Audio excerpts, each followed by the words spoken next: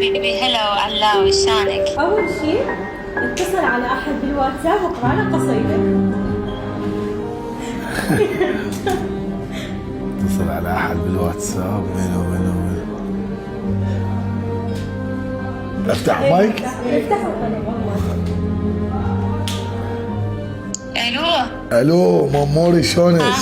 حبيبي هلا وعلاوي شانك؟ اقول لك اني هسه ببرنامج، اني ببرنامج ايه وقالوا بهذا البرنامج انه اتصل على واحد واقرا له قصيده، ايه فمنو اقرب واحد اتصل عليه؟